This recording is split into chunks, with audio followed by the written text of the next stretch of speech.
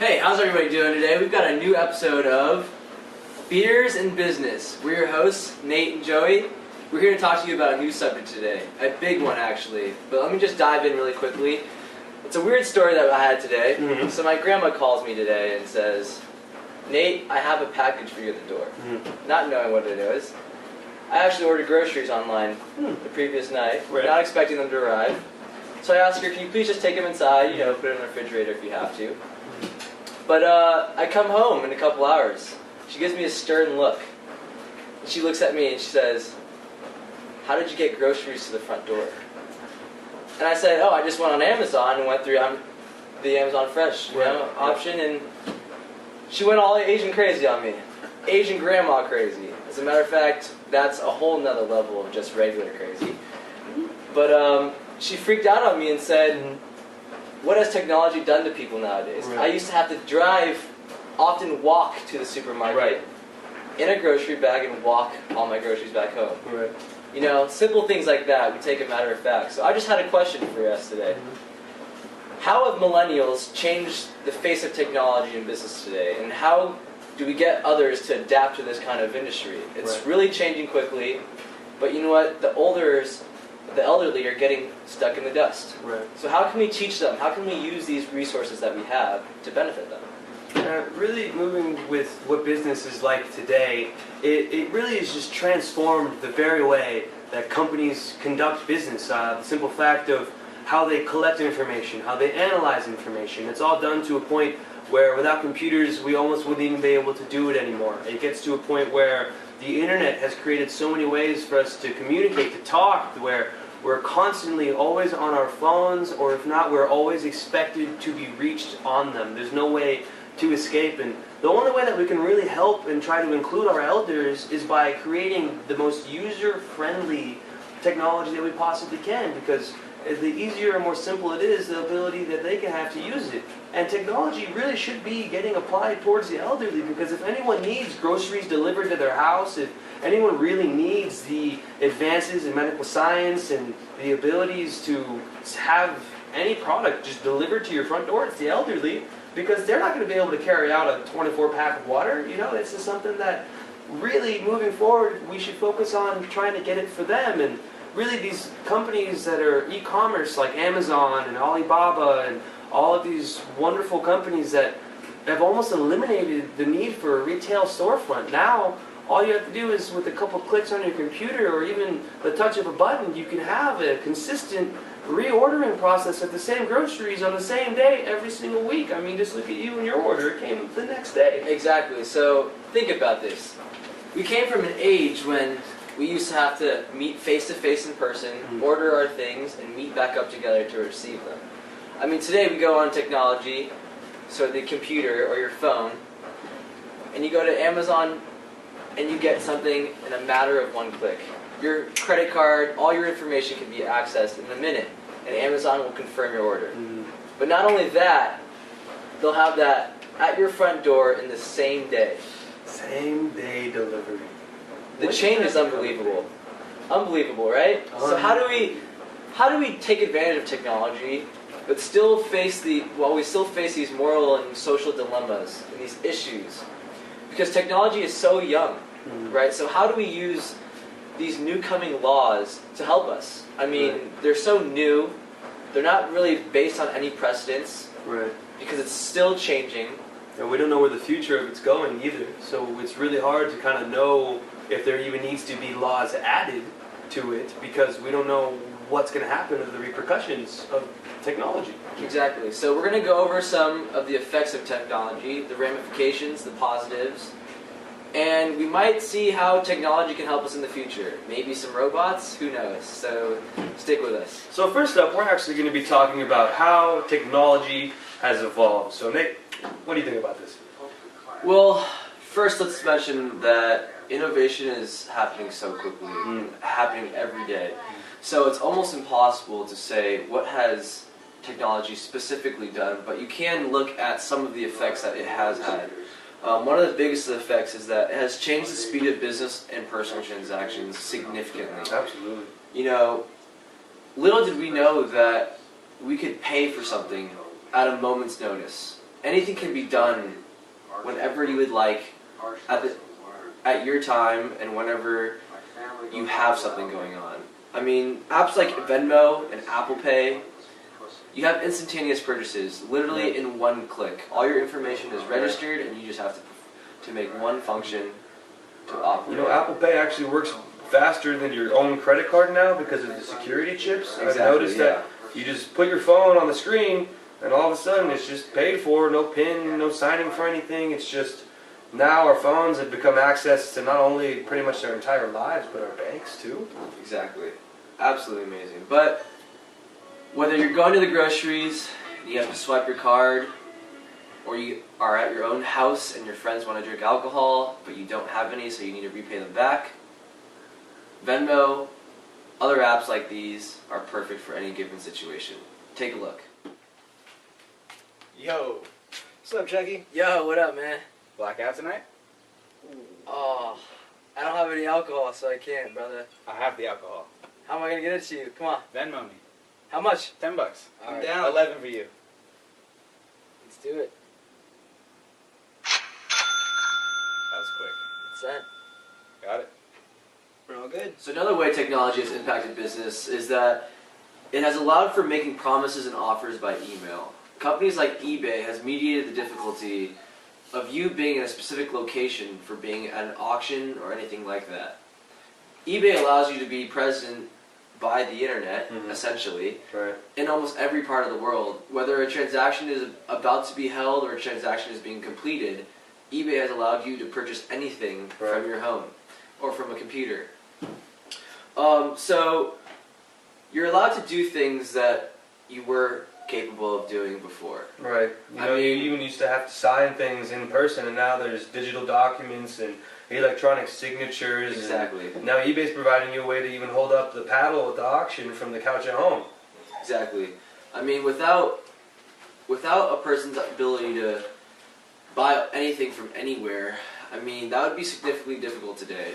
We're buying our products from almost every part of the world, all over Asia, India, you know, and all over the U.S. So for eBay to sit back and allow us to have that opportunity to buy something from every part of the world, it helps us significantly.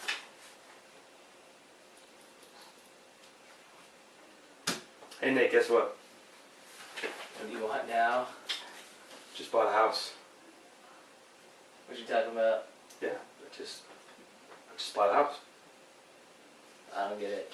Yeah, I saw this house in Baja California, and it seemed like it was well priced, and I bought it. Yeah. Baja California. We're in Yeah. Redlands. Yeah, We got oranges. Why are you leaving here? the house seemed incredibly well priced. I need a house. I wanted to have a house in Baja California, so I just saw it and I bought it. Well, you didn't see it. No, I saw everything that I needed to see on my computer screen.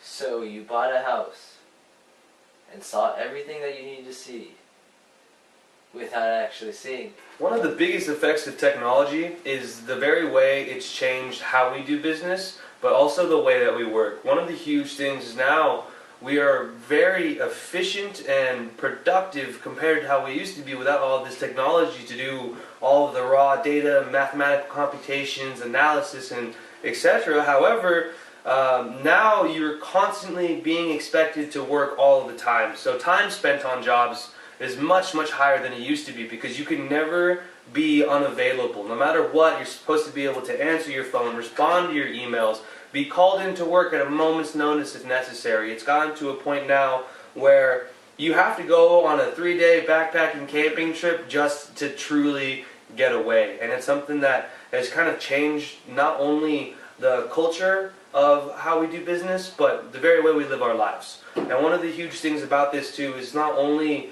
working with people in person, but the fact that I can now communicate with someone and practically be looking at their face through a computer screen from China or anywhere in the world, from the other side of the world even. It's something that has done some crazy, terrible things, but some crazy, awesome things as well. So one of the things that we've actually had to notice is that a lot of the times it's impossible to escape from work.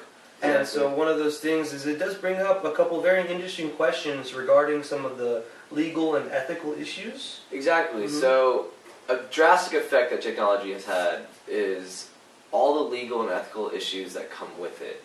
I mean, technology is improving so rapidly that there is no precedence that can be set. Once a precedent can be set in law, and technology has improved already, and it has changed the aspect of the game. We're so young into this industry that we're trying to figure it as we go along. The legal and court system is hard because it takes so long to establish some kind of precedence, you know?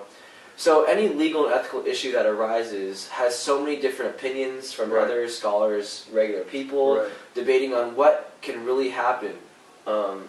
So for example, the stealing of copyright software is a huge problem currently, and it has been a huge problem. Debates over who owns a piece of property, such as computer software, is so difficult. Laws are just being established about it being non-tangible property, and that you have the right to profit from your creation. Except if you're going to profit from your creation, how exactly are you going to spread it? Because technically, technology isn't public. And so in many instances, if you create a piece of software and someone is unable to think about the mathematical equations or something like that in that software, if a human can do that, but just that software does it quicker, technology is so different because there's so many different pitfalls, so many different holes that are in the legal court system that can really affect the outcome. And the way that we've even structured our laws too, it's the fact that it's all based off of precedent. What's happened before in the past to decide how we're going to rule. But because we've never had any of these questions or any of these pieces of technology, and it's constantly changing, what precedent can we possibly hope to set? So one of the biggest parts about moving forward with technology in today's day and age is that we all have a civic duty, a ethical responsibility to ensure that we use technology properly moving forward. We may not know how it's going to evolve or what changes will happen, but we have to be sure that our basic, private, inherent rights as human beings, as citizens, have to be covered and they have to be ensured. And one of the huge things we need to do is be extra vigilant and ensure that those who aren't as good with technology, that may not have access to all of the resources the same, that they don't get exploited by this system, that they aren't taken advantage of by those who were fortunate enough to have those advantages. So one of the things that we have to ensure is that we take steps to make sure we prevent bad from happening. Yeah, so despite all the possibilities that technology can help us, Honest Work provides case studies as to how the vulnerabilities of technology can affect us, because it'll help us foresee the possible legal and ethical issues in the future. It first talks about a NASA space program, how a hacker interfered with communication systems, and how an astronaut wasn't able to communicate with anybody on land. And so, just simple like that, how can hacking in any realm of technology affect us?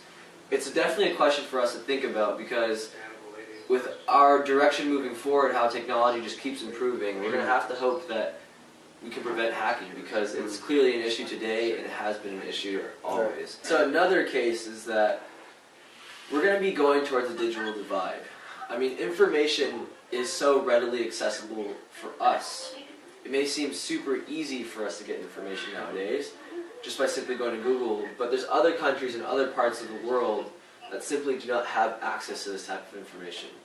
And so this digital divide refers to certain groups, certain areas in the world that aren't able to have access to information, which creates a divide amongst these upper groups and the lower groups who don't have access to information, because we're able to have readily quick information at the tips of our fingers. We can pursue and do anything with that information as quickly as possible. It may take days, weeks, months. Maybe they don't even understand what's happening in the world today, in certain parts of the world. And so this digital divide may create some kind of problem in the future. Some might have to fall and some countries may rise because of this technological revolution and this information age that we are going through, but Honest Work provides a good indication as to how technology can help all of us, how to influence technology and help promote others to keep innovating and to keep improving technology in order to help the entire world as a whole. Right. And I guess the question I'd like to leave you all with is, how do we use technology the right way, ethically?